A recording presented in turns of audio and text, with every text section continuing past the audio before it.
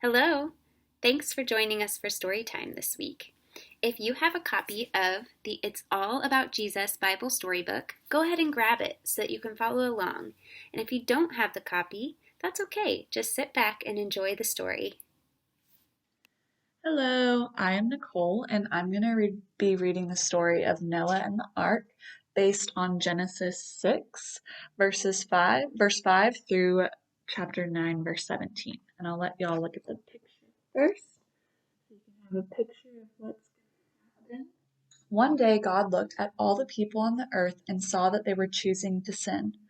Every person's thoughts were evil, and God was sad that He made people. God wanted people to have a relationship with Him, but the people did not want to know God or obey Him. God had to punish the people for their sin. But God showed favor to a man named Noah. Noah was a descendant of Adam and Eve's son Seth, and Noah was a righteous man. He followed God. God warned Noah that a flood was coming to destroy all the creatures on the earth. He told Noah to make an ark to save himself, his family, and some of the animals. God told Noah exactly how to make the ark. God said, "Put a door on the side of the ark and build 3 decks inside, a lower deck, a middle deck, and an upper deck." God said that He would make an agreement, or a covenant, with Noah and his family. Noah did everything that God commanded him. When the ark was finished, God told Noah to go inside with his family and the animals. God said that the rain was coming, and the rain would not stop for 40 days and 40 nights. That's a lot of rain. Noah did what God said, and God shut the door of the ark. The flood waters covered the earth, and the ark floated on top of the water. The water rose higher and higher until all of the mountains were covered. That's a lot of water, too. Every living thing on earth died. Only Noah and those that were with him survived. There's a little question here, and it says, did Noah do anything to be rescued from the flood by God? Do we need to do anything to be rescued from sin by Jesus? Let's finish the story and see if we can answer that by the end. Finally, the rain stopped and the water started to go down. Land started to appear and the ark came to rest on some mountains. Noah waited, and then he opened the window of the ark. Noah sent out a dove, but the dove did not find anywhere to land. The waters still covered the earth. Noah waited again. Then he sent out the dove. It came back with a fresh olive leaf in its mouth. Noah knew that the dove had found dry ground. Noah waited again. Then he sent out the dove. This time, the dove didn't come back.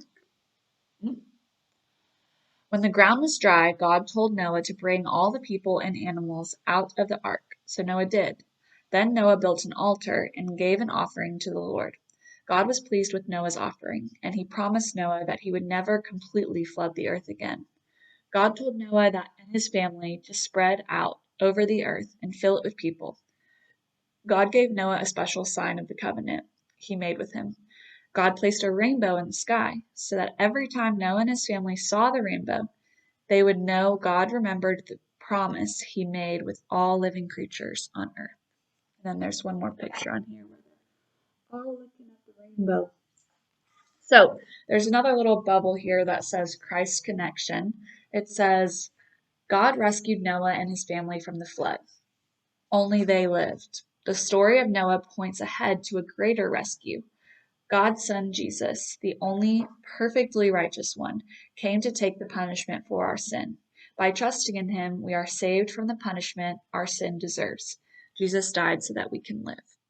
We definitely don't do anything to be rescued by Jesus. That was the work of Jesus.